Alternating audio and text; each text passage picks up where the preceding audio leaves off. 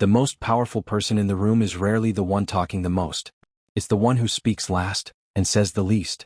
Because when words are chosen carefully, they land harder and stay longer. We grow up believing that speaking more means being smarter, more confident, more convincing. It's almost like an unspoken rule. The person who talks the most must know the most. The person who has an answer for everything must be strong. The person who can fill any silence must be confident. So from a young age you learn to talk. In school you're praised for raising your hand. You're rewarded for having something to say. You're told to participate and express yourself. And that's not a bad thing, being able to speak matters. But slowly something else gets attached to it. You start believing that if you don't speak quickly you'll look slow. If you don't explain fully you'll look weak. If you don't defend yourself you'll look guilty.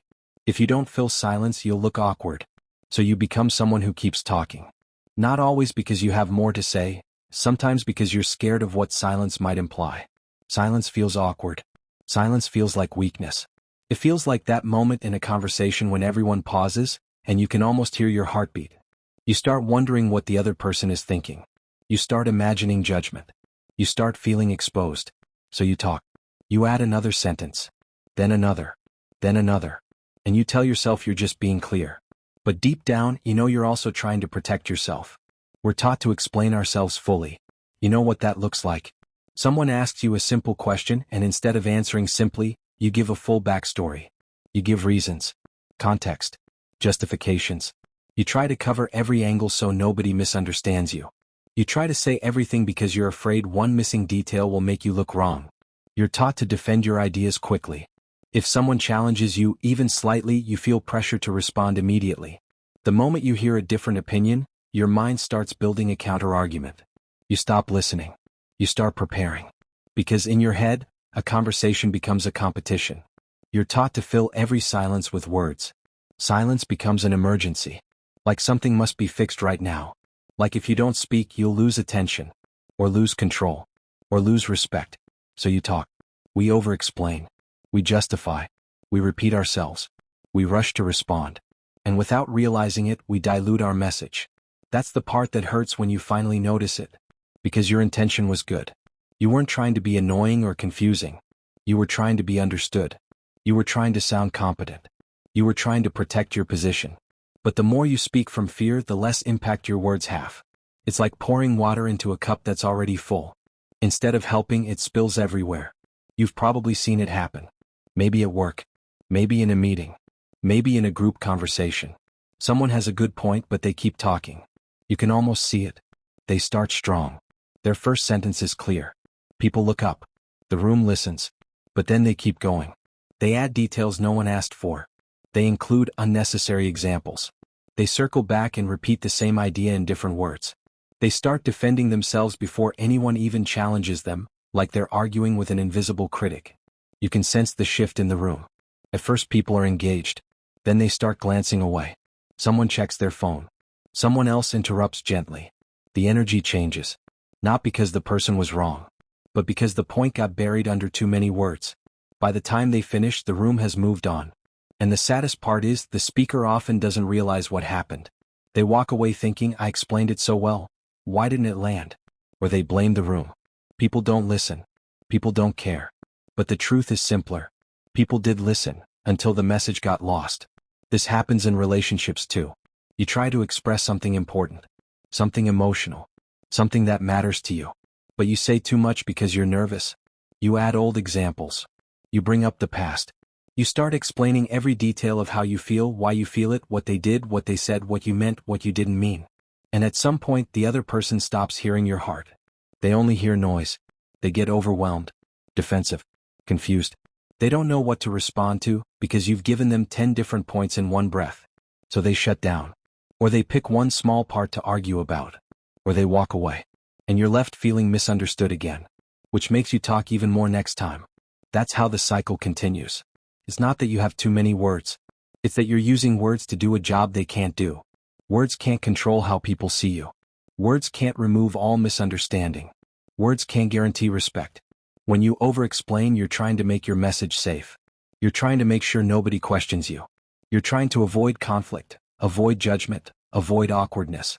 But over-explaining doesn't create safety. It often creates doubt. Because the more you justify, the more it sounds like you're unsure. The more you defend, the more it sounds like you're being attacked. The more you talk, the less weight each sentence carries. And slowly you start noticing something. Power doesn't come from volume. It comes from precision. Precision is a different kind of confidence. Precision is saying one clear sentence and letting it sit.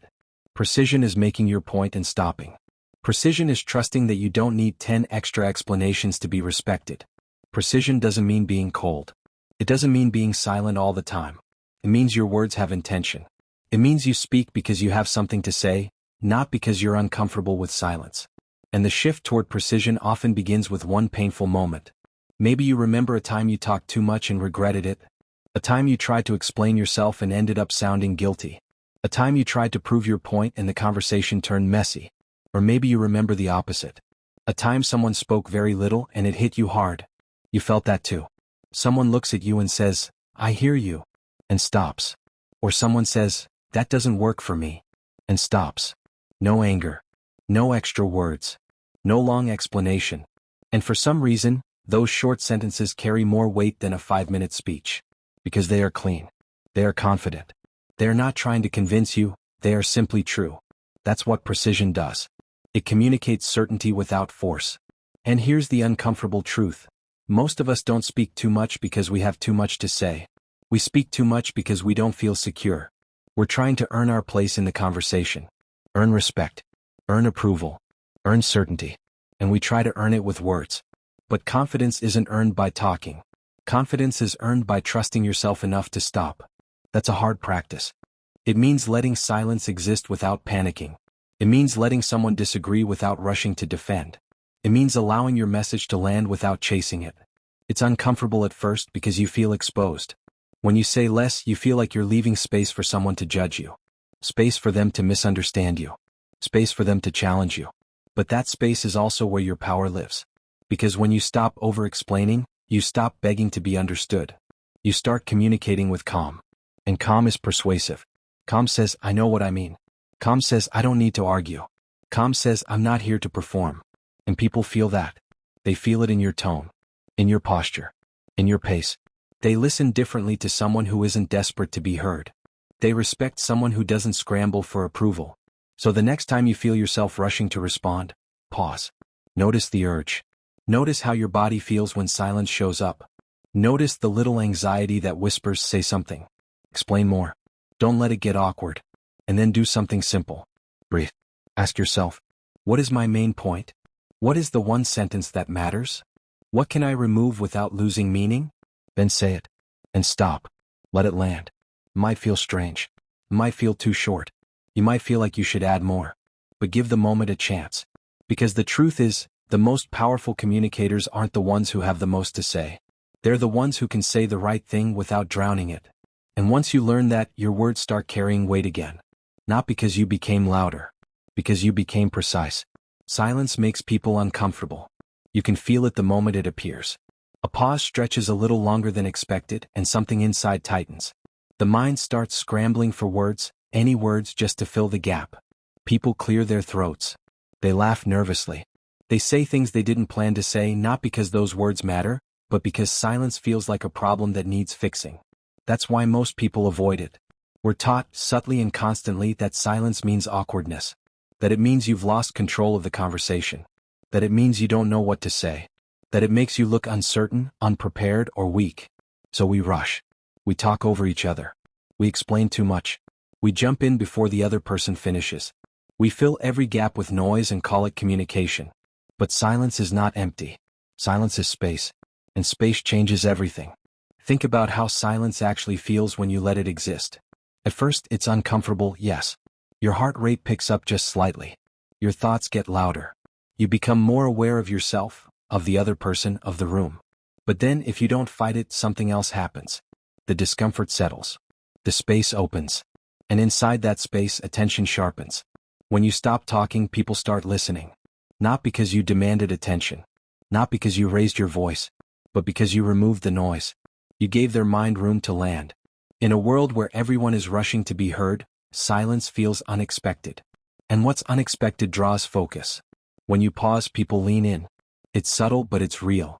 Their posture shifts. Their eyes stay on you a second longer.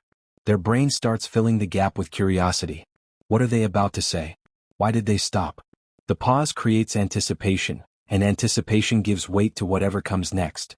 When you don't rush to respond, your words gain gravity. They don't feel reactive. They don't feel defensive. They don't feel rushed.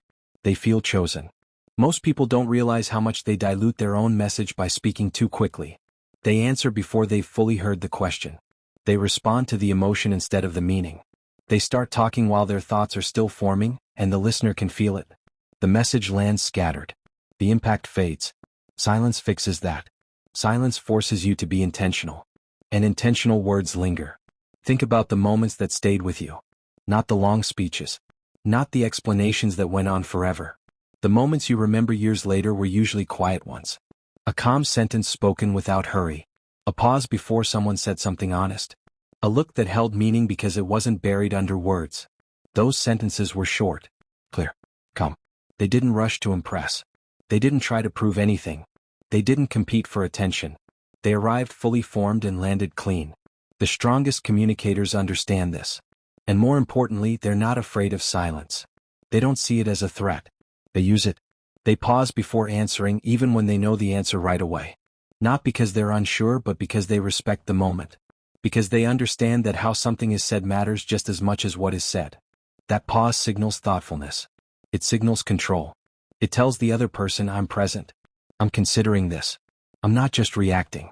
They let conversations breathe. They don't panic when there's a gap. They don't rush to fill every second. They allow space for the other person to think, to feel, to continue. And in doing so, they often get more honesty. People reveal more when they're not being rushed. They explain deeper when silence gives them permission to finish their thoughts. They don't rush to fill gaps.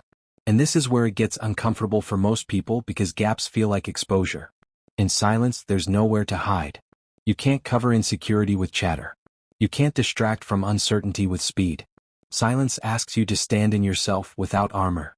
That's why it's powerful. Because in that space, presence grows. When you're comfortable with silence, people feel it. They feel your steadiness.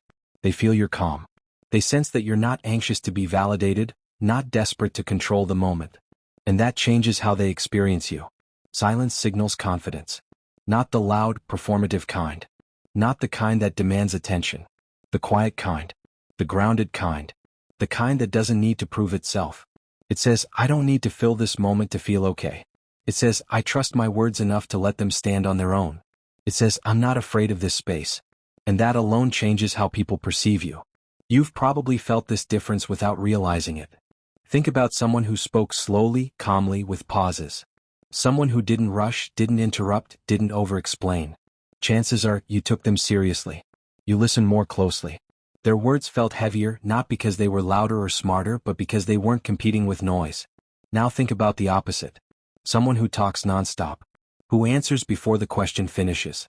Who fills every silence with nervous explanations. Even if they're intelligent, something feels off.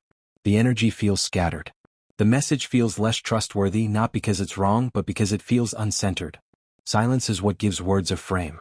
Without silence, everything blends together. With silence, meaning separates. This matters in conversations, in meetings, in relationships, in moments of tension. Especially in moments of tension. When emotions are high, most people talk more. They explain. They defend. They justify. They rush to be understood. But that often makes things worse. Words pile up. Tone sharpens. Misunderstandings multiply. Silence used well can de-escalate what words cannot. A pause before responding to criticism can prevent defensiveness. A moment of quiet after someone shares something vulnerable can make them feel truly heard. A calm pause in an argument can shift the entire direction of the conversation.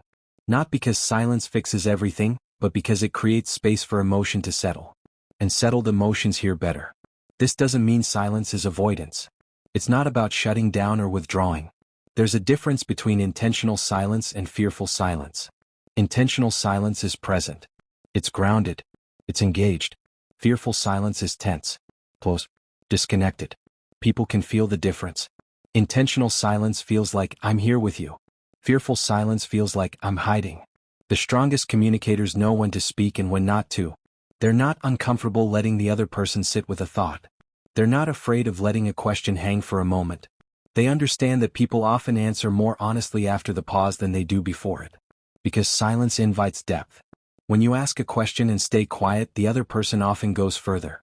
They think again. They refine. They access something more real. But if you rush to fill the silence, you steal that moment from them. Silence is generous. It gives the other person room to exist. It also gives you room to choose your response instead of being driven by impulse. That space between stimulus and response is where wisdom lives. Silence protects that space. And over time, something interesting happens when you use silence consistently. People begin to associate your presence with calm, with clarity, with weight. They listen more closely not because you demand it but because they've learned that when you speak it matters. Your words don't compete. They land. This is especially powerful in a world that never stops talking. Notifications, opinions, arguments. Everyone trying to be heard all at once. Silence cuts through that noise not by being louder but by being different. It stands out because it doesn't chase attention. And paradoxically, that's why it attracts it. Silence also communicates boundaries without saying a word. It says you're not obligated to respond instantly. It says you're not reactive. It says you're thoughtful.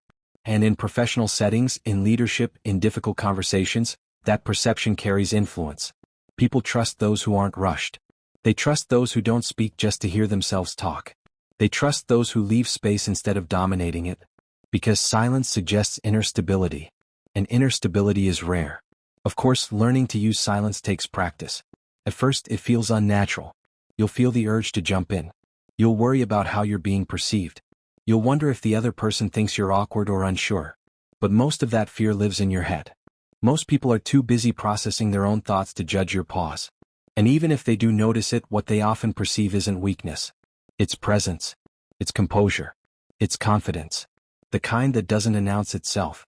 Silence teaches you to trust yourself. To trust that you don't need constant motion to have value. To trust that your voice doesn't disappear just because you paused. To trust that you're allowed to take up space without filling it. And once you trust that, your communication changes. You speak less but say more. You listen longer and understand deeper. You respond instead of react. And people feel that difference immediately. In that space, conversations slow down. Meaning deepens. Respect grows. Silence becomes a tool, not a threat. A signal, not an absence. It signals that you're grounded enough to wait. That you're confident enough not to rush. That you're secure enough not to prove yourself right now. And in a world full of noise, that quiet strength is unmistakable. Because silence, when used with intention, doesn't make you invisible. It makes you unforgettable. Most people don't talk too much because they're confident. That's the story we tell ourselves when we're watching someone ramble. We assume they love the sound of their own voice. We assume they're trying to dominate the room. We assume they're arrogant or unaware or desperate for attention. But if you've ever been that person, if you've ever felt your mouth keep moving even when your mind is quietly begging you to stop, you know the real reason has nothing to do with confidence. Most people talk too much because they're afraid. Afraid of being misunderstood. Afraid of being judged. Afraid of losing control of the conversation. It usually starts with a simple sentence. A normal point. A normal opinion. Something you could say in 10 words. You open your mouth, you begin, and then you feel it, that tiny flicker of uncertainty. The moment where you imagine how your words might land. The moment where you picture someone's face tightening, their eyebrows lifting, their tone changing. And suddenly, your brain starts running ahead of you. What if they take it the wrong way? What if they think I'm rude? What if they think I'm stupid? What if they don't understand what I mean? So you keep going. You add context. You add a story. You add a small explanation just to be safe. Then another. Then another. And now you're not just speaking, you're managing risk. You're trying to prevent a misunderstanding before it happens. You're trying to control how the other person sees you. You're trying to build a cushion around your truth so it doesn't hit anyone too hard. You're trying to protect yourself from the discomfort of being misread. So you explain everything. You add disclaimers. You soften your message. You try to cover every angle. You say things like, I'm not saying this in a bad way, or, I don't want you to think I mean it like that, or maybe I'm wrong but... You start trimming your own honesty while you're still speaking it. You water it down in real time. You tell yourself you're just being considerate. You're just being clear. You're just trying to communicate well. But deep down, it's not clarity you're chasing. It's safety. Because there's a specific fear underneath over-explaining. The fear of being judged for who you are. You're not just scared they'll misunderstand your point. You're scared they'll misunderstand you.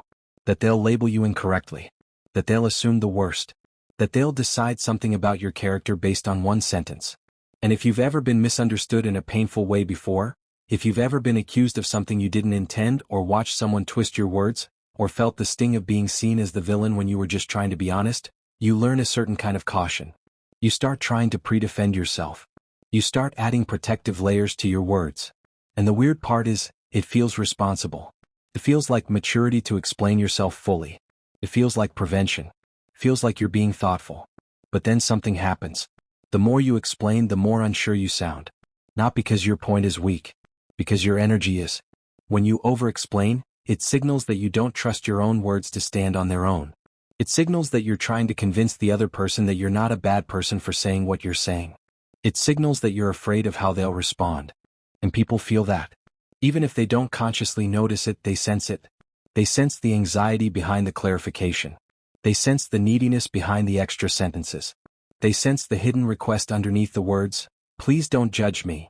So instead of sounding clear, you start sounding shaky. Instead of sounding thoughtful, you start sounding uncertain. And what's painful is you can feel it happening while it's happening. You can hear yourself talking, adding sentence after sentence, but you don't know how to stop without it feeling abrupt. You feel trapped in your own explanation. You feel like if you pause, the other person might jump in and misunderstand. You feel like you have to keep building the bridge while you're walking across it. It's exhausting. And afterward you replay it. You think, why did I say all that? Why couldn't I just state it simply? Why did I sound like I was defending myself? You feel that quiet embarrassment, like you exposed something you didn't mean to expose. Not just your idea but your insecurity behind it. Then you start noticing something. Strong speakers don't do that. Strong speakers trust their words.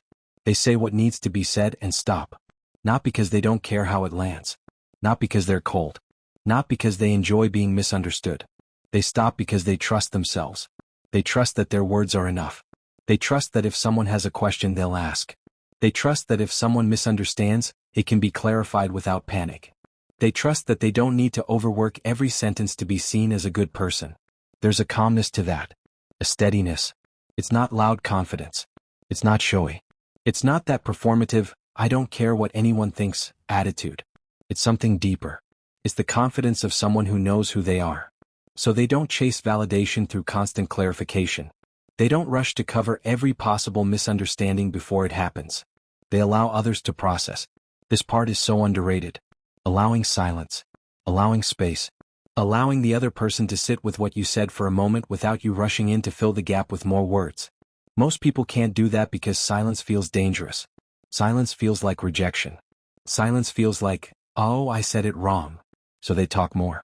They fill the silence with more explanation, more softness, more backup arguments, more reassurance. But strong speakers don't flinch at silence. They understand that silence doesn't always mean disapproval. Sometimes it means the other person is thinking. Sometimes it means they're processing. Sometimes it means your words actually landed, and it takes a moment for someone to respond honestly. Silence can be a sign of respect. It can be a sign that your words mattered. And when you can sit in that silence without scrambling, you communicate something powerful without saying anything. You communicate, "I trust what I said." And that trust changes how people respond to you.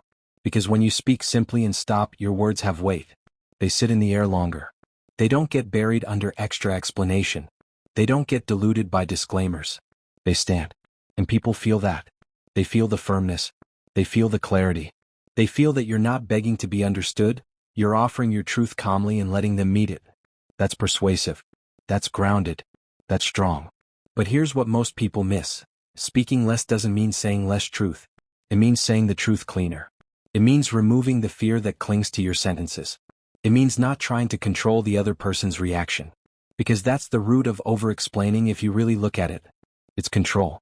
Not control in a manipulative way, but control as a coping mechanism. If you can explain perfectly, maybe you can prevent being judged. If you can cover every angle, maybe no one can criticize you. If you can soften it enough, maybe no one will be upset. If you can clarify everything, maybe you won't be misunderstood.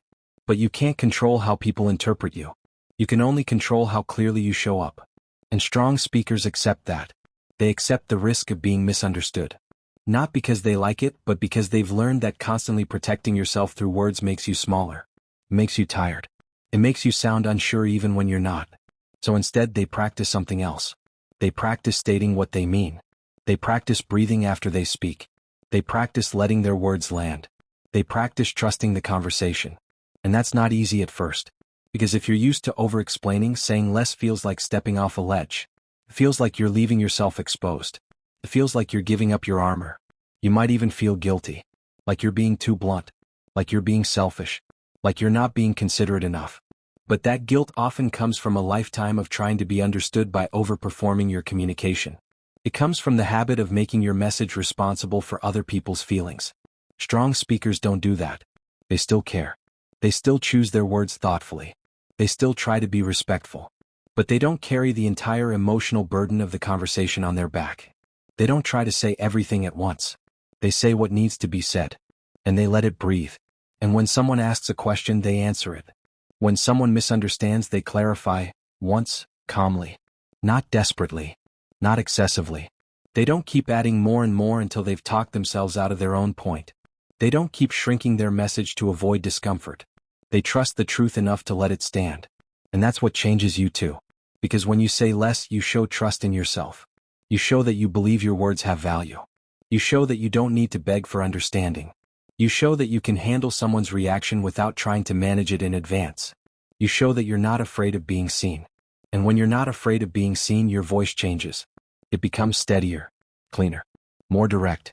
You stop speaking like you're asking permission. You start speaking like you belong in the conversation.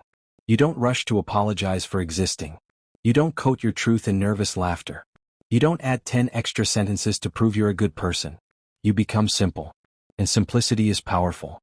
Because clarity is power. Not the kind that dominates. The kind that stands. The kind that doesn't wobble when the room gets quiet. The kind that trusts itself enough to stop talking. And in that moment, when you finally say what you mean and you let the silence come, and you don't chase the other person's approval, you realize something. The fear was never about the message. The fear was about trusting yourself. And the day you learn to speak without fear's extra words, you don't just become a better communicator. You become a stronger person. The human brain remembers clarity, not clutter. You can feel that in real life if you pay attention. Think about the last time someone explained something to you and you walked away feeling heavy. Not because the topic was complicated, but because the way they said it was. Their words kept piling up, looping back on themselves, adding extra details, extra justifications, extra side stories. By the time they finished, you weren't even sure what the point was anymore. You just knew you were tired. And then think about the opposite. The moments that stick. A simple sentence that landed like it had weight. A short line that stayed in your head for days. A phrase you found yourself repeating to someone else without even trying. That's not an accident. That's how we're built. Our brains don't hold on to clutter. They don't reward noise. They hold on to what's clear. What's clean. What feels like it has a center. Short sentences are easier to understand. Easier to remember. Easier to repeat. And repetition is power. Because what gets repeated spreads. What gets repeated becomes culture. What gets repeated becomes belief. That's why the most impactful statements in history are simple. Not because the people who said them had nothing more to add, but because they knew something most people forget. The mind can only carry so much. A sentence that's too long becomes work. A message that's too packed becomes a puzzle. And most people don't have the time, energy, or emotional space to solve puzzles in everyday conversation. They don't want to decode you. They want to understand you. That's why speaking with fewer words makes your message sharper. It doesn't wander. It doesn't confuse. It doesn't invite unnecessary debate. Because wandering words create wandering thoughts. If you don't know where you're going, the other person can't follow. And even if they're trying, they'll start filling in the gaps with assumptions. They'll latch onto the wrong detail. They'll get stuck on a side point you never meant to emphasize. Then suddenly the conversation is about something you didn't even mean. And now you're explaining your explanation. Now you're defending a sentence you didn't need to say in the first place. Now you're trapped in the messy middle of too many words. You've probably experienced that moment where you hear yourself talking and you can feel the point slipping away. You start strong, but then you add a disclaimer. Then another. Then you try to soften it. Then you try to make sure they don't misunderstand you. Then you add examples and backstory and context and jokes and extra details just to keep the vibe safe. And halfway through, a quiet voice inside you says, "What am I even trying to say?" But you keep going because silence feels risky. So you talk. A lot of people do. Not because they have more meaning, but because they have more fear. Fear of being misunderstood. Fear of being judged. Fear of saying it wrong. Fear of not sounding smart enough. Fear of not being liked. So they fill the space with words like padding. And the strange thing is, the more you pad, the less powerful you become. The more you explain, the more you invite confusion. The more you justify, the more you make it sound like you don't believe yourself. Saying less forces you to be intentional. It forces you to look at your message and ask, what is the real point here? Because most of what people say isn't necessary. It's emotional noise. It's hesitation. It's overthinking out loud. It's trying to cover every possible misunderstanding before it happens. But clarity doesn't come from covering everything. Clarity comes from choosing what matters. And that takes discipline. It's actually harder to say something in 10 words than it is to say it in 100. 100 words gives you room to hide. You can wander. You can blur the edges. You can toss in extra thoughts until something lands. But 10 words? 10 words makes you face your own thinking. You have to decide what you believe. You have to choose a direction. You have to commit to a point. And commitment is what gives words their weight. That's why saying less forces you to ask yourself, what actually matters here? This question feels simple, but it's uncomfortable because it makes you confront how often you speak out of impulse instead of intention. It makes you realize that sometimes you're not talking to communicate, you're talking to release tension. You're talking to prove you're right. You're talking to make sure the other person sees you a certain way. But when you ask what actually matters here, you shift from emotion to purpose. You start filtering. You start trimming. You start removing the parts that are just you trying to protect your ego. Then comes the next question. What is the core message? The core message is the sentence you'd say if you had only one breath. It's the center of what you mean. The truth without the decoration. And most people don't know their core message because they've never paused long enough to find it. They speak in circles around it. They gesture toward it. They hope the other person will catch it. But the best communicators don't hope. They deliver. They know exactly what they're saying and why. Then comes the final question that separates a good speaker from a powerful one. What can be removed without losing meaning? This is where the discipline lives. Because when you start removing words, you start noticing what was never really needed. You start noticing how many sentences are just repeats, just softer versions of the same point, just explanations you added because you were scared the first version was too direct. And directness is what most people avoid. Not because they don't know what they want to say, but because directness feels vulnerable. Directness says this is what I mean. Directness says this is what I need. Directness says this is what I'm not okay with. And when you say it clearly, you can't hide behind ambiguity. You can't pretend you didn't mean it. You can't backtrack without admitting it. So people choose clutter instead. They choose long sentences. They choose kind of, and maybe, and I don't know, and it's not a big deal, but they choose the messy safety of saying everything so that they can later claim they said nothing. But clarity doesn't allow you that escape. Clarity makes you responsible for your words. That's why so many people stay noisy. Noise feels safer. Noise gives you room to move.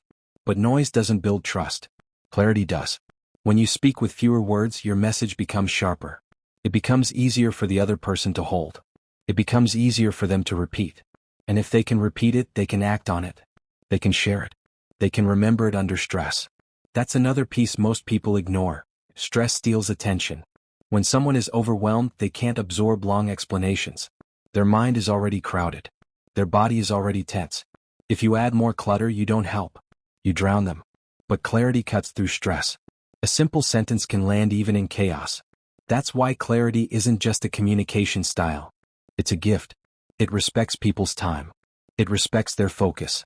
It respects their emotional capacity. It says, I'm not going to make you work to understand me. And that's rare. This discipline separates powerful speakers from noisy ones. Because noisy speakers use words to fill space. Powerful speakers use words to create impact. Noisy speakers talk until something sticks. Powerful speakers choose what sticks before they speak. Noisy speakers chase reactions. Powerful speakers deliver meaning. And you can feel the difference immediately when you're around someone like that. They don't ramble. They don't over-explain. They don't throw 10 sentences at you hoping one lands. They say one clean thing. And then they stop.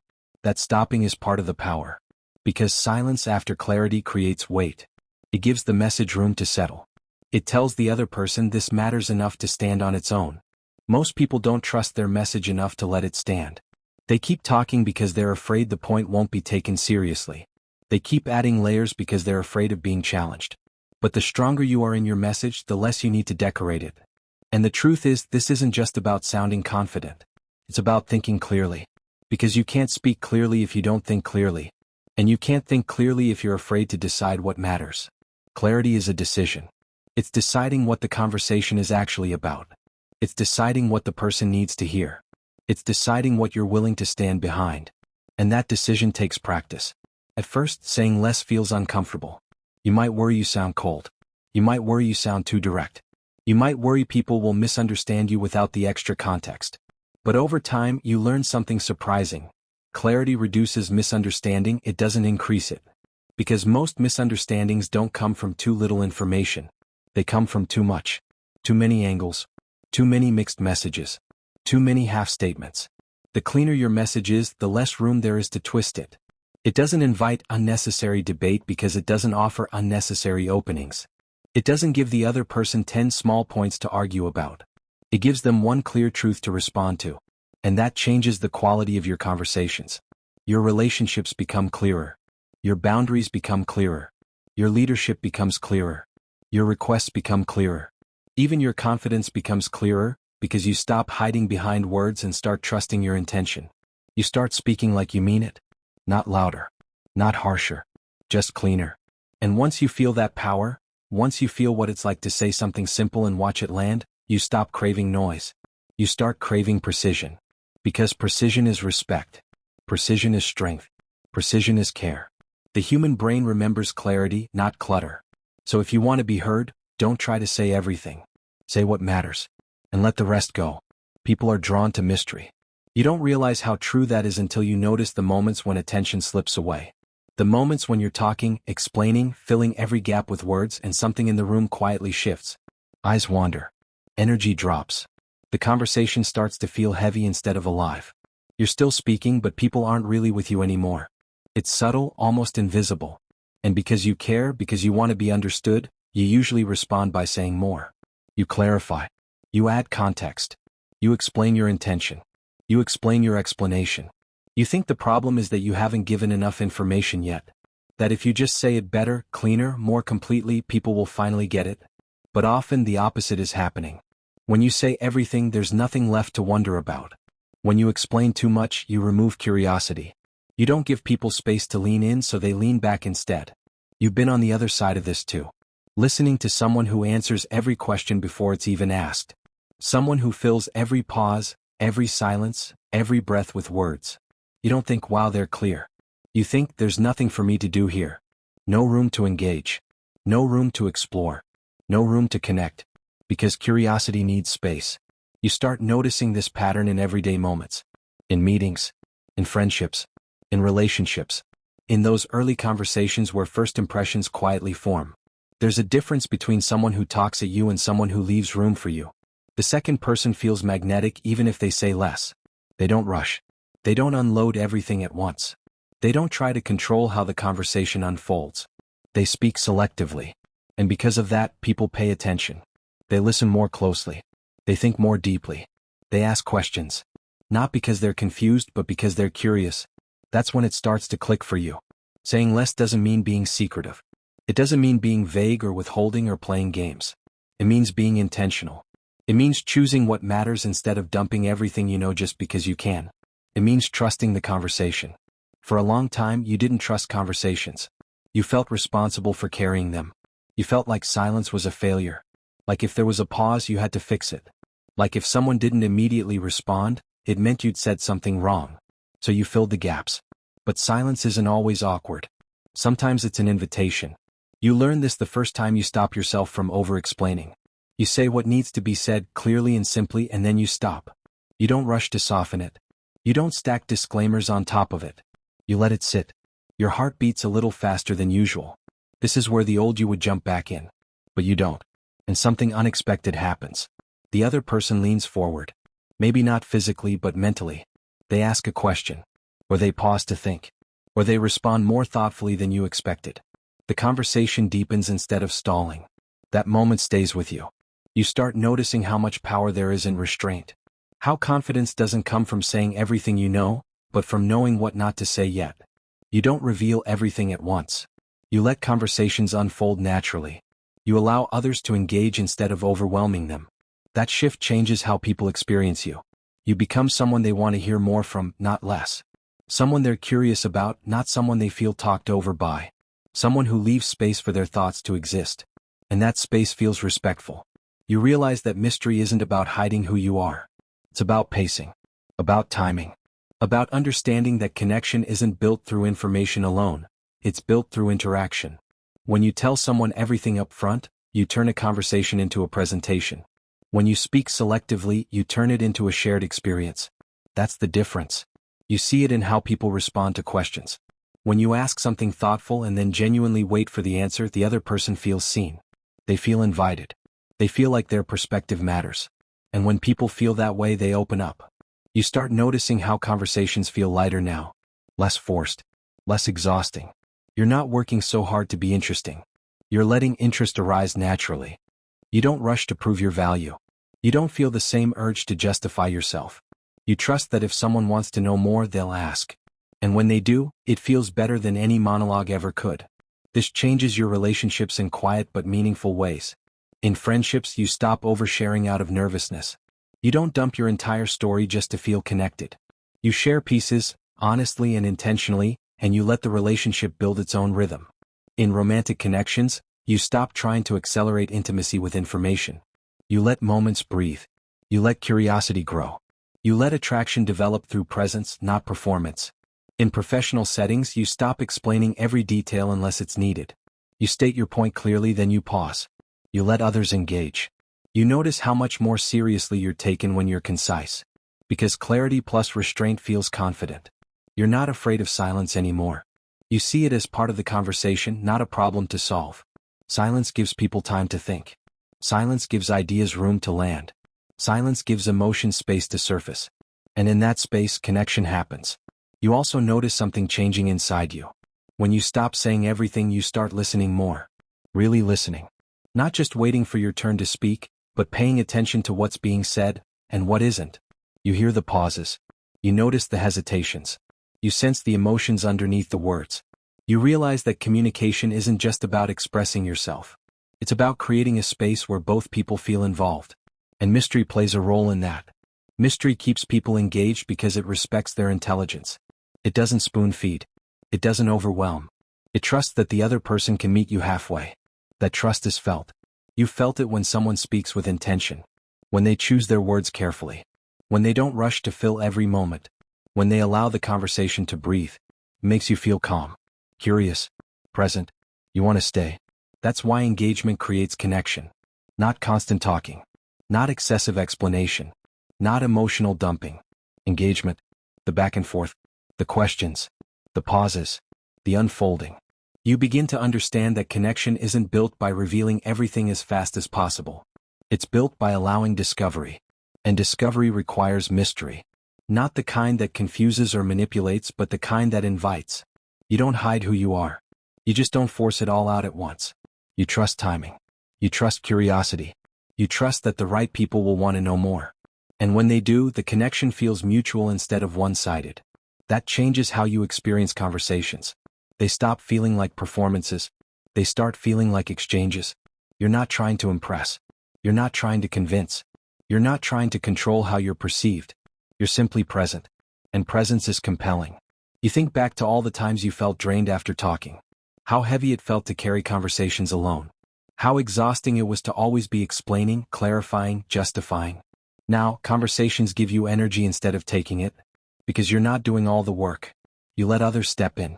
You let them wonder. You let them ask. You let them engage. And that engagement creates connection. Real connection. The kind that doesn't feel rushed or forced. The kind that grows naturally because both people are involved in building it. People are drawn to mystery not because they want secrets, but because they want participation. They want to feel like part of something unfolding, not like passive listeners. When you understand that, the way you speak changes. The way you listen changes. The way you connect changes. You stop trying to say everything. And somehow you start being heard more. Pausing is one of the most underrated communication skills. It sounds almost too simple, like something that shouldn't matter. A pause? Just silence? How could that be powerful? But if you've ever said something too fast and regretted it 5 seconds later, you already know the answer. You already know how one rushed sentence can change the entire mood in a room. How one emotional reply can turn a small misunderstanding into a full argument. How one quick reaction can damage trust that took years to build. And the scary part is, it often happens so quickly. One comment, one tone, one look, and suddenly your body is reacting before your mind catches up. Your chest tightens. Your jaw clenches. Your thoughts speed up. You feel the urge to defend yourself. And then you speak. Not from clarity. From emotion. That's why pausing matters. Because when you pause, you regain control. You step back into the driver's seat. You stop letting your emotions steer the conversation. You create a gap between what you feel and what you say, and that gap is where your power lives. When you pause, you choose your words instead of reacting emotionally. This is the difference between a reaction and a response. A reaction is automatic. It's raw. It's your nervous system trying to protect you. Reaction is what happens when you feel attacked, embarrassed, ignored, misunderstood. It's the part of you that wants to win, defend, punish, prove. A response is intentional. It's measured. It comes from the version of you that wants to understand, connect, and solve, not explode. But you can't respond if you don't pause. Because response takes a second. Reaction happens in a flash. That's why pausing is so rare. And why it's so powerful. This matters most in tense moments. Not when everything is calm and easy. Anyone can communicate well when they're relaxed. The real test happens when emotions rise. When something hits a nerve. When someone says something that feels unfair. When you feel disrespected. When you feel like your side isn't being heard. Tense moments are where relationships either grow stronger or start breaking. And usually, the breaking doesn't happen because people hate each other. It happens because people speak too fast when they're hurting. When emotions are high, words spoken too fast often cause regret. You know this feeling. The moment you snap at someone and instantly wish you didn't. The moment you say, "Whatever, I don't care," when you actually care deeply. The moment you bring up something from the past just to win. The moment you speak in a tone that doesn't match your intention. And then the damage is done. Even if you apologize, the words still happened. The other person still felt them. The moment is still stored in memory. That's why pausing is not a small thing. It's protection. It protects your relationships from the worst version of your emotions. Because pausing gives you space to calm your nervous system and think clearly. This isn't just a mindset thing. It's physical. When you feel threatened, emotionally threatened, socially threatened, your body reacts like it's in danger. Your nervous system shifts into survival mode. You become more defensive, more reactive, more focused on protecting yourself than understanding the other person. In that state, you don't hear words properly. You hear threats. You don't interpret tone calmly. You interpret it as disrespect. And your brain starts building a case fast. They always do this. They never listen. They're trying to make me look bad. The other person starts responding not to understand but to protect themselves. They interrupt. They correct details. They focus on one word you used instead of the feeling behind it. They bring up their own list. And now both of you are talking but no one feels heard. This is how distance grows. Right in the middle of a conversation that was supposed to bring you closer. Too many words can feel like pressure. Like being flooded. Like there's no room to breathe or respond honestly. Even when the words are true, even when the feelings are valid, the volume alone can push the other person away. Not because they don't care, but because they don't know where to start. You can see it in their body language. Their eyes glaze slightly. Their posture shifts. They cross their arms. They stop asking questions. They go quiet, not the calm kind of quiet, but the shut down kind. And the more they shut down, the more the other person talks, trying desperately to pull them back in. It becomes a loop. One person talks more because they feel unheard. The other hears less because they feel overwhelmed. And both leave feeling disconnected. What often gets missed is that clarity doesn't come from saying everything. It comes from saying the right thing. Sometimes, one honest sentence carries more truth than 10 explanations ever could. I feel unheard. That sentence doesn't accuse. It doesn't analyze. It doesn't list evidence. It simply names a feeling. And feelings, when stated cleanly, are easier to receive. The other person doesn't have to defend against it. They don't have to remember details. They just have to sit with the reality that someone they care about feels unseen. I need some space. Not a threat. Not a rejection. Just a boundary. A recognition of emotional limits. That sentence can stop an argument from turning into damage. It gives both people room to breathe before words turn into weapons. This matters to me. Simple. Direct. Vulnerable. It doesn't demand agreement. It asks for care. These sentences don't overwhelm. They land. Saying less keeps conversations focused. It keeps them anchored in the present instead of drowning them in history. It reduces the chance of misinterpretation because there's less to misinterpret. There are fewer side paths to get lost in. Fewer emotional landmines waiting to be stepped on. And saying less requires maturity. It requires knowing what you're actually feeling instead of throwing every feeling into the conversation at once. It requires trusting that you don't need to convince the other person with volume. It requires restraint, which is often harder than expression. Because talking feels like control. Silence, or simplicity, feels like vulnerability. When you say one clear sentence and stop, you're exposed. There's nowhere to hide behind explanations. No buffer. Just the truth sitting in the open. And that can feel terrifying, especially if you've learned that being misunderstood is painful. So people talk more to protect themselves. But the protection backfires. Too many words blur emotional signals. They turn clarity into noise. They give the other person too many things to react to at once. And when people feel overwhelmed, they don't lean in, they pull back. People feel safer around those who don't overwhelm them with words. Safety in relationships isn't about constant reassurance or perfect communication. It's about emotional pacing. It's about knowing that conversations won't turn into interrogations. That one mistake won't turn into a character analysis. That one disagreement won't turn into a recap of every unresolved issue. When someone speaks simply and directly, it signals self-awareness.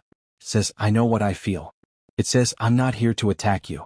It says, I'm here to be understood, not to win. That creates space. And space is what allows connection to return. Think about the people you feel calm around. The ones you can talk to without feeling drained afterward. Chances are, they don't talk in circles. They don't overwhelm you with words. They don't stack emotion on top of emotion until everything feels heavy. They say what they mean and they stop. That doesn't mean they're emotionally distant. It means they're emotionally grounded. In contrast, conversations that leave you exhausted often aren't intense because of the topic. They're intense because of the overload. Too many explanations. Too many assumptions. Too many unresolved feelings pouring out at once. You leave feeling like you need recovery time, not closeness. Relationships don't need more words. They need clearer ones. This becomes especially important during conflict. Conflict already raises emotions. It already narrows attention. The brain is already scanning for threat. Adding more words during that state doesn't create understanding. It creates confusion. That's why arguments escalate so quickly once the talking spirals. Someone brings up an issue. The other defends. The first adds more detail to be understood. The second feels accused and responds sharply. Now old mistakes enter. Now tone becomes the issue. Now intentions are questioned. And suddenly, no one remembers how it started. At that point, even good points get lost. Even valid feelings get buried under delivery. And both people walk away thinking, why can't we ever talk without it turning into this? The answer is often simpler than it feels. Too much is being said at the wrong time. Sometimes the most emotionally intelligent thing you can do is stop talking. Not to punish. Not to avoid. But to protect the connection. To let the moment cool. To choose timing over urgency. Because urgency is not always honesty. Urgency is often fear. Fear that if you don't say everything now, you'll never be heard. Fear that the moment will pass. Fear that your feelings won't matter later. But when urgency takes over, words lose precision. They spill instead of land. Learning to say less means learning to trust the relationship. Trust that one sentence can be enough. Trust that you can return to the conversation later. Trust that being clear matters more than being thorough. It also means learning to listen. When you speak less, you hear more. You notice shifts in tone. You catch what the other person is really reacting to. You create room for them to respond honestly instead of defensively. And that honesty, even when it's uncomfortable, is far more useful than a forced agreement. People don't need every detail of your emotional process in one conversation. They need to know what matters most right now. And often that can be said in one sentence. I'm hurt. I'm overwhelmed. I need reassurance. Those statements don't accuse. They invite. They allow the other person to meet you instead of brace against you. Saying less also prevents misunderstandings because fewer words leave less room for assumptions. Long explanations give people more chances to misinterpret tone, intention, or emphasis. A simple sentence is harder to twist because it's direct. It also models emotional regulation. It shows that you're aware of your state and choosing not to escalate. That matters more than being perfectly articulate. Emotional maturity isn't about how much you can express. It's about knowing what needs to be expressed. There's a quiet confidence in restraint. in knowing that you don't need to empty everything at once, that you can hold complexity without dumping it, that you can feel deeply and still speak simply. And people respond to that. They feel less attacked. They feel less pressured. They feel more willing to engage. Because conversations stop feeling like battles and start feeling like bridges. This doesn't mean silence is always the answer. Avoidance creates its own distance. But there's a difference between avoiding and choosing clarity. One hides. The other focuses. Choosing fewer words is choosing focus. It's choosing the heart of the issue instead of the edges. It's choosing connection over catharsis. It's choosing to be understood over being fully expressed in one moment. And that choice changes relationships. Because when conversations feel safe, people come back to them. They don't dread them. They don't shut down preemptively. They stay present. People feel safer around those who don't overwhelm them with words because safety lives in simplicity. It lives in knowing that communication won't turn into emotional overload. That you can speak and be heard without being buried. In the end, closeness isn't built through volume. It's built through precision. Through saying what matters and letting it breathe. Sometimes one honest sentence really is enough. And knowing that, truly trusting that, is what turns communication into connection instead of distance. In professional settings, saying less earns respect. It sounds almost backwards at first, especially if you grew up believing that the smartest person in the room is the one who talks the most. The one with the most opinions, the most explanations, the most polished answers. You might have spent years trying to prove yourself by being prepared, by speaking up, by filling every gap with something useful so no one could question whether you belong there. And for a while, that strategy works. You get noticed. People nod. Someone says, "Good point." You feel that small rush of relief, like you've earned your seat at the table for another day. But eventually you start seeing something that doesn't make sense until it does. The people who command the most respect aren't always the ones who speak the most. Sometimes it's the opposite. It's the person who speaks briefly, clearly, and then stops. The person who doesn't rush. The person who doesn't over-explain. The person whose words land like decisions instead of like requests for approval.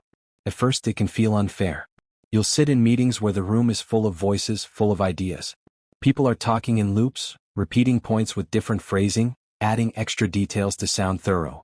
Someone is trying to win the discussion by sheer volume. Another person keeps interrupting to prove they're engaged. The air feels crowded with words. Then there's that one person. They're not quiet because they're unsure. They're quiet because they're listening. They're watching the room. They're tracking what matters. They're letting people reveal themselves through how they speak, what they emphasize, what they avoid. They're not rushing to impress anyone. And when they finally speak, the whole energy shifts. Not because they're louder. Because they're clearer. That's when you begin to understand. In professional settings, saying less isn't about being silent. It's about being intentional. Leaders who speak briefly and clearly are seen as confident. You can feel it immediately. Confidence has a rhythm. It doesn't scramble. It doesn't rush to defend itself. It doesn't spill out in endless justifications.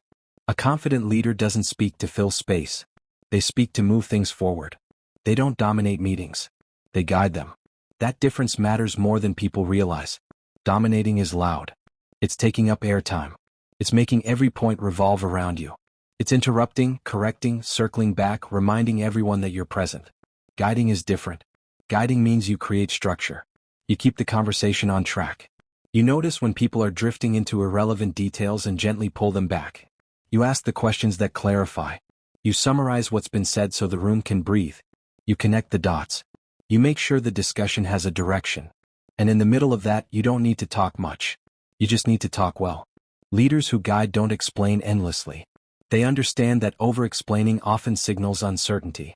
Not always, but often enough to pay attention. When someone explains every detail before anyone asks, it can feel like they're trying to convince the room they're right, rather than trusting the point to stand on its own. Endless explanation also creates fatigue. It drains the room.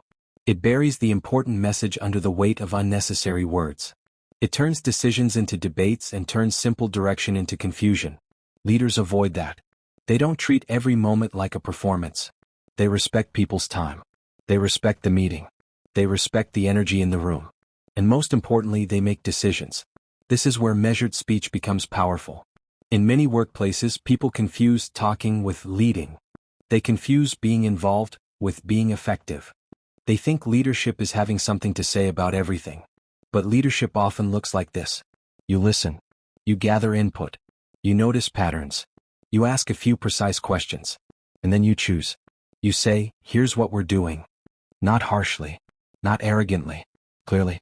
Because clarity is kindness in professional settings. Clear communication saves time. Time is the currency of every workplace, and people feel it when it's wasted. They feel it when meetings drag on without direction. They feel it when conversations repeat the same points over and over. They feel it when decisions keep getting postponed because no one wants to be the one to commit. So when someone speaks concisely, it's not just nice. It's valuable. It signals, I respect your time enough to be clear. It signals, I'm not here to hear myself talk. I'm here to solve something. Concise direction builds trust. Trust is fragile in professional environments because everyone is juggling pressure. Deadlines. Expectations. Performance. Reputation. When things feel uncertain, people look for stability. They look for someone whose words feel reliable. Concise direction does that. When someone says, this is our priority, and doesn't complicate it with 3 alternative priorities, people relax. When someone says, here's the next step, and doesn't drown it in 15 extra steps, people feel supported. When someone sets a clear boundary, people feel safer.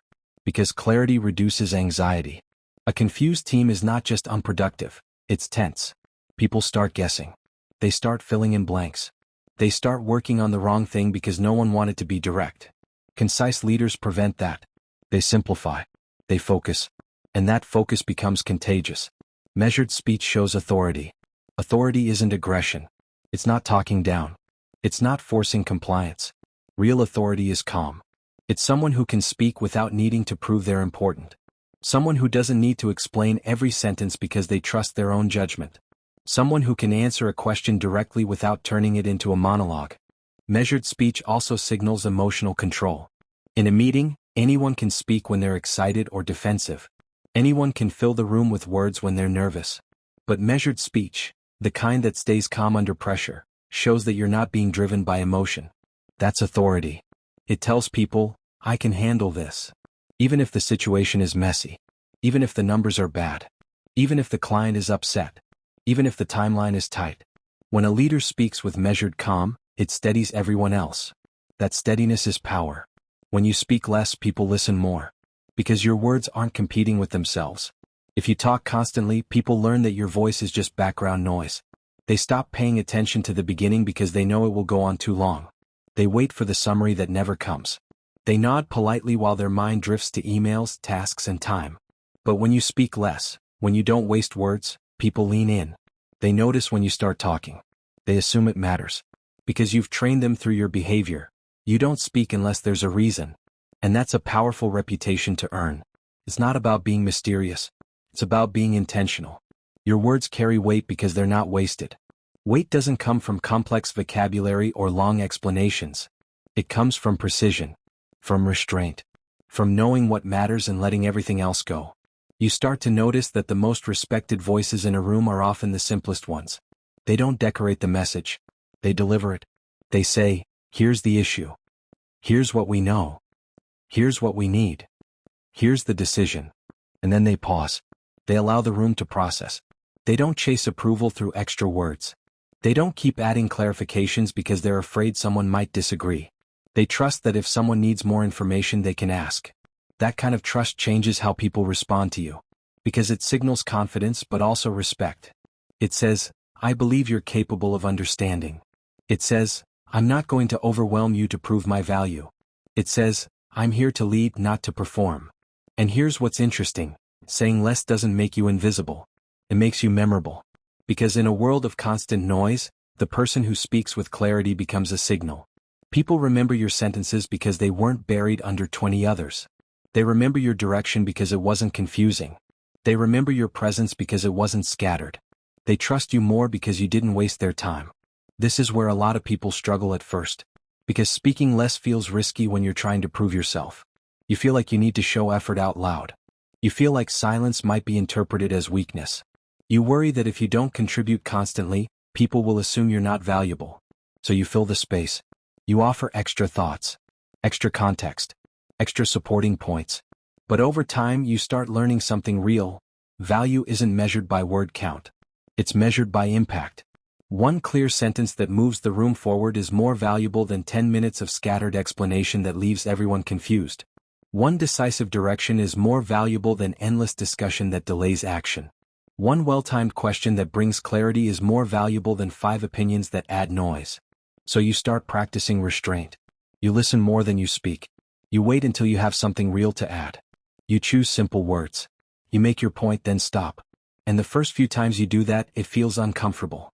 You'll feel the silence after you speak, and your instinct will be to fill it, to soften it, to add just, and maybe, and I think, and if that makes sense. But you resist. You breathe. You let the words land. You trust your message.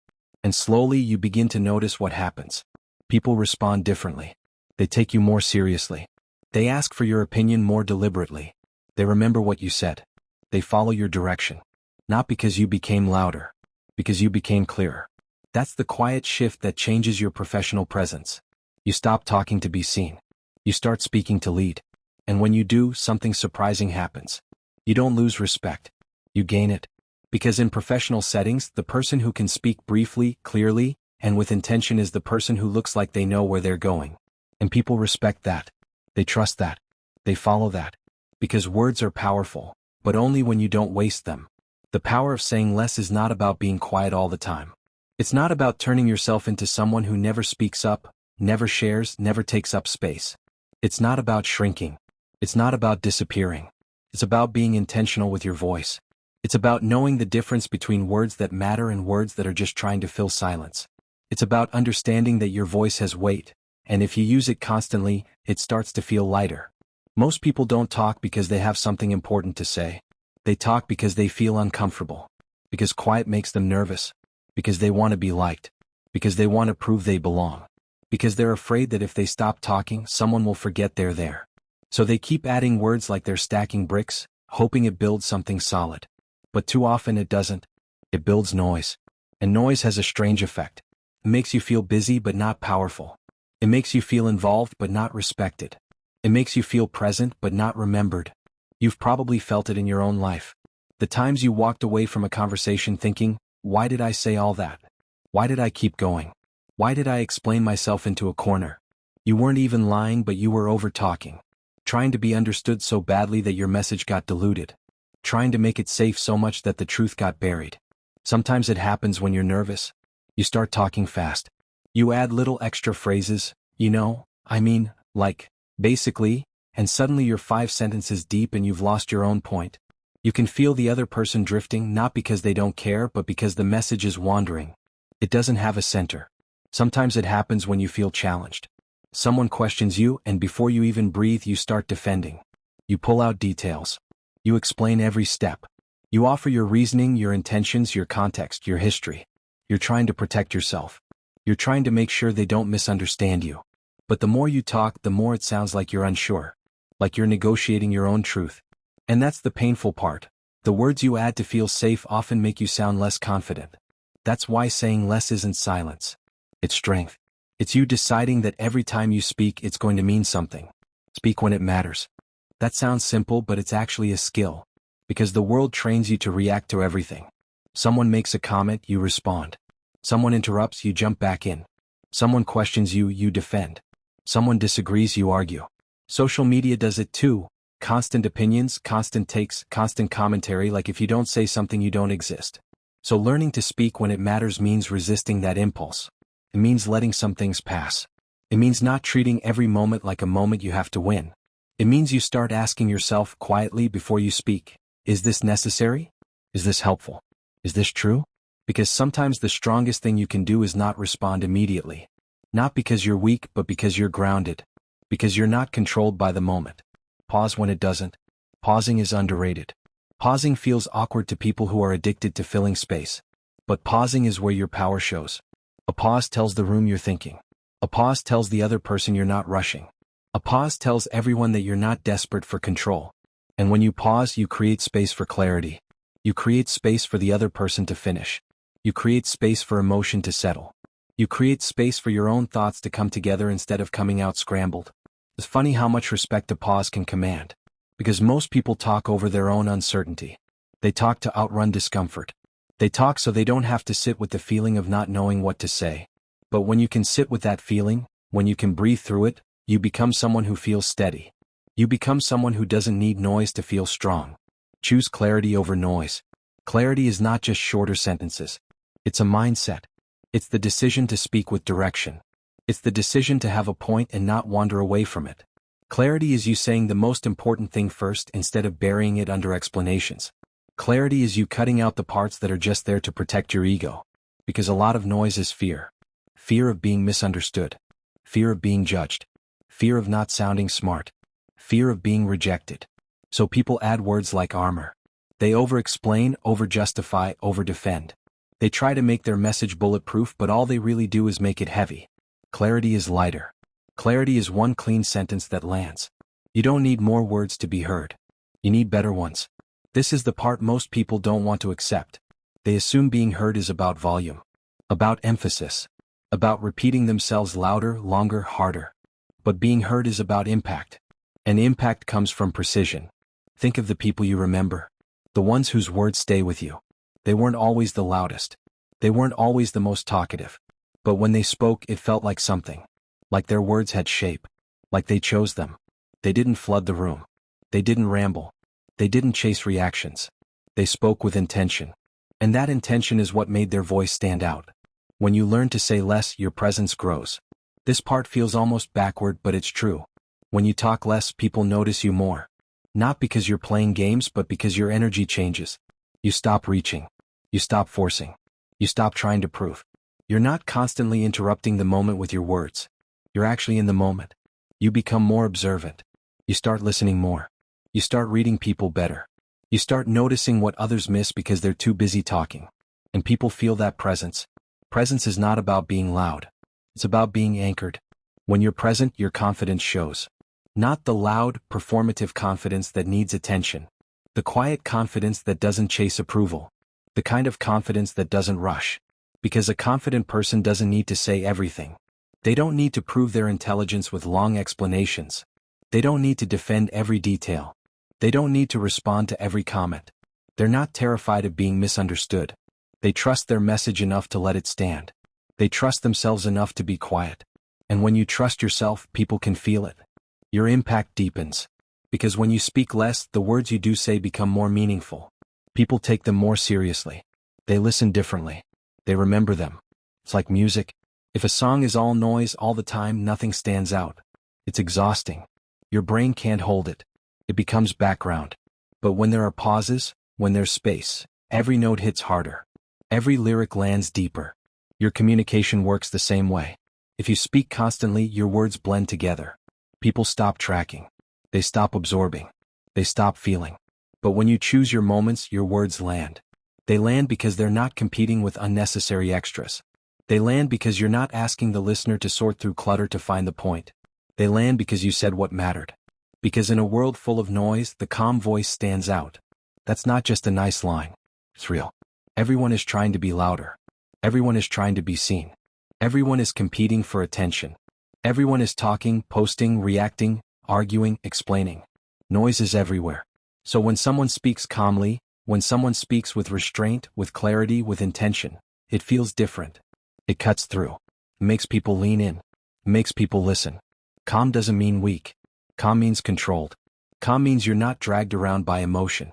Calm means you're not trying to dominate the room. Calm means you're stable enough to choose your words carefully. And stability is magnetic. People trust stable energy. People feel safe around stable energy. People pay attention to stable energy because it doesn't demand attention. It earns it. And the person who speaks with intention is the one people remember. Not because they spoke the most, but because they spoke the clearest. They spoke the truest. They spoke at the right time. They spoke with meaning. They didn't waste words. They didn't throw sentences into the air just to feel involved. They didn't argue for sport. They didn't talk to fill their own discomfort. They used their voice like it mattered. And that's what makes you memorable. Not the amount you say.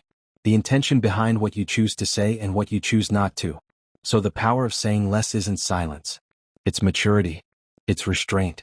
It's the discipline to pause when the moment doesn't need your voice and to speak when it does. It's the decision to choose clarity over noise. Because you don't need more words to be heard. You need better ones. And when you learn to say less, your presence grows. Your confidence shows. Your impact deepens. In a world full of noise, the calm voice stands out. And the person who speaks with intention is the one people remember. The power of saying less is not about being quiet all the time. It's about being intentional with your voice. Because there's a difference between silence that comes from fear and silence that comes from control. One makes you disappear. The other makes you undeniable. For a long time, you didn't know which one you were practicing. You just knew you were tired. Tired of talking and still not being understood. Tired of explaining yourself until your throat felt dry, only to watch people nod politely and forget what you said 5 minutes later. Tired of feeling like you had to earn attention by being louder, faster, more entertaining, more convincing. And if you're honest, there were times you spoke too much because you were nervous. Times you filled the air because silence felt dangerous. Times you kept adding words because you were trying to protect yourself from being judged. Like you could soften the impact by padding it with extra context. You'd start a sentence and immediately start adjusting it. Clarifying before anyone even asked. Apologizing before anyone criticized. Laughing to make it lighter even when what you were saying mattered to you. And afterward, you'd leave the conversation feeling drained, wondering why you always did that.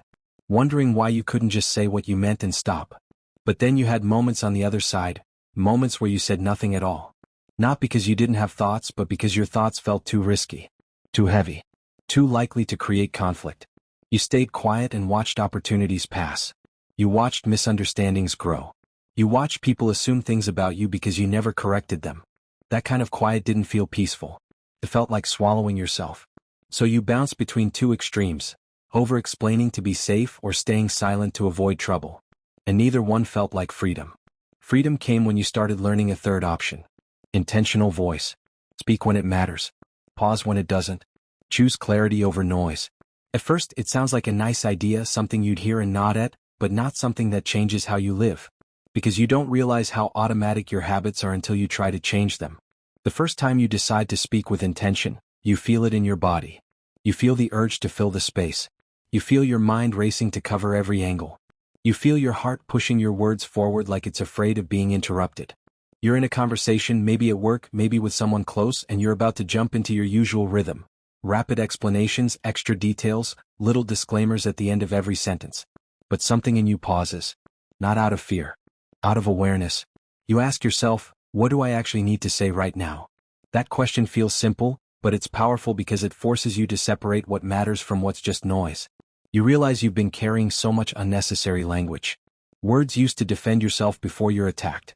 Words used to sound smarter than you feel.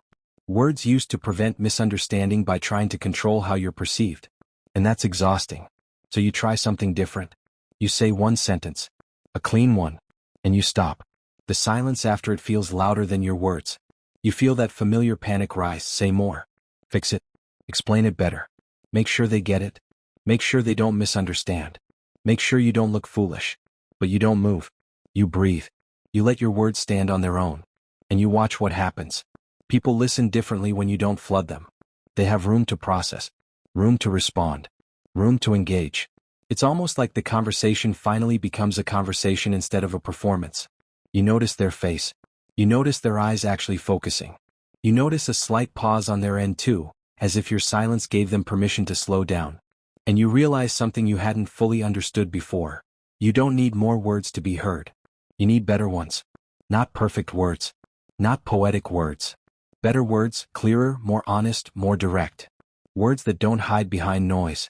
Because sometimes the reason people don't hear us isn't that we're not talking enough. It's that we're talking around what we mean. We're burying the real message under layers of explanation because we're afraid of how it will land. Clarity takes courage. It takes courage to say, I don't agree, without adding 10 softeners. It takes courage to say, I need time, without over-justifying it. It takes courage to say, that hurt me, without turning it into blame or drama. It takes courage to say, this is what I want, and let that be enough. And when you start practicing that courage, something shifts inside you. When you learn to say less, your presence grows. Because presence isn't created by constant talking. Presence is created by groundedness. By the feeling that you're not scrambling for approval. By the calm that comes from knowing your words are chosen, not spilled. People can feel when you're speaking from intention. It has a different weight. A different rhythm. Your confidence shows. Not the loud kind. Not the performative kind. The real kind. The kind that comes from not needing to fill every silence to prove you belong in the room. The kind that comes from trusting your voice enough to let it be simple. And your impact deepens.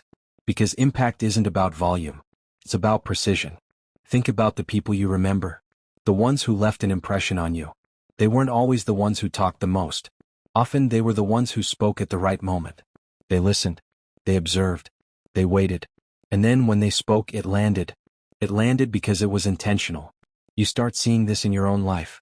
You start noticing that when you speak less, you're not losing influence, you're gaining it. You're not giving away your power in unnecessary explanations. You're not draining the room with words that don't need to be said. You're not fighting for attention. You're earning it by being clear. And in a world full of noise, the calm voice stands out. That's not just a nice sentence. It's real. The world is loud. Notifications, opinions, constant commentary, people talking just to be heard. Everyone is competing for attention, and most of it is frantic. Most of it is reactive. So when someone speaks calmly, clearly, and with intention, it creates contrast. It creates a pause in the noise. People notice. Not because you're trying to be mysterious or impressive, but because your energy isn't scattered. It's focused. The calm voice stands out because it doesn't beg to be heard. It simply is. And there's something about that feels safe. Trustworthy. Solid. People trust what feels solid. They lean toward it. You notice it in group settings. There's always the person filling the air, trying to steer the conversation by sheer volume. And then there's the person who waits. The person who listens and then speaks once, cleanly. The room shifts for that person. Even if it's subtle. Because their words feel deliberate. Deliberate words carry authority. That doesn't mean you become cold or distant. Intentional communication isn't about shutting people out. It's about inviting people in but not overwhelming them. It's about giving conversations room to unfold naturally. Letting others participate. Letting curiosity live. It's about speaking when it matters. You start noticing how often you used to speak when it didn't matter.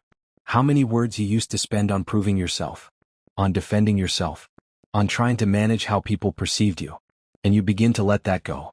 You stop explaining things to people who aren't trying to understand. You stop arguing with people who only want to win.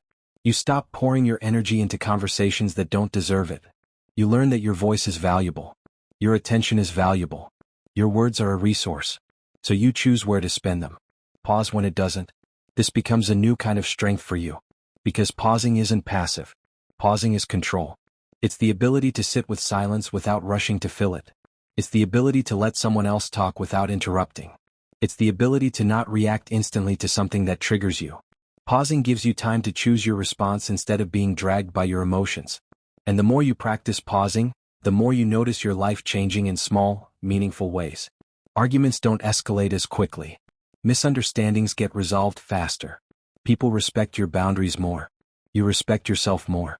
Because you're not constantly in performance mode. You're present. That presence becomes part of your identity. People start to describe you differently. Not necessarily to your face, but you can feel it. They trust you with serious conversations. They ask for your opinion and actually wait for it. They listen when you speak because they know you don't waste words. And even when you're not speaking, you're still felt. That might be one of the biggest shifts of all. Learning that presence isn't only created through sound. It can be created through stillness. You don't have to fight for space anymore. You simply take it, calmly, confidently, without urgency. Because you're not trying to dominate. You're trying to connect. And connection isn't built through constant talking. It's built through intention. Through attention. Through choosing words that reflect what you actually mean, and then allowing the other person to meet you there. The person who speaks with intention is the one people remember. Not because they were the loudest. Because they were clear. Because they were calm. Because their words had weight. And the best part is, you don't have to become someone else to do this. You don't have to change your personality. You don't have to become quieter in a way that erases you. You simply become more deliberate. You learn to trust that what you have to say is valuable enough to be simple. You learn that you don't need to flood the room to be noticed.